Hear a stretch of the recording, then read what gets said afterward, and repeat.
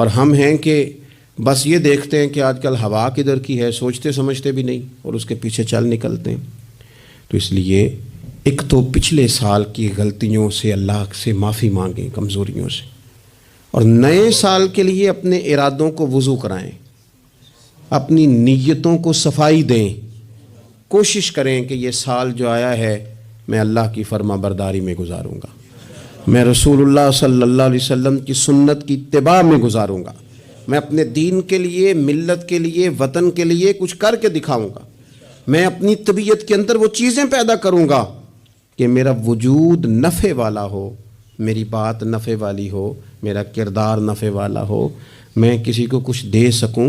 شوق ایسا، اعلیٰ حضرت فاضل بریلوی رحمۃ اللہ علیہ،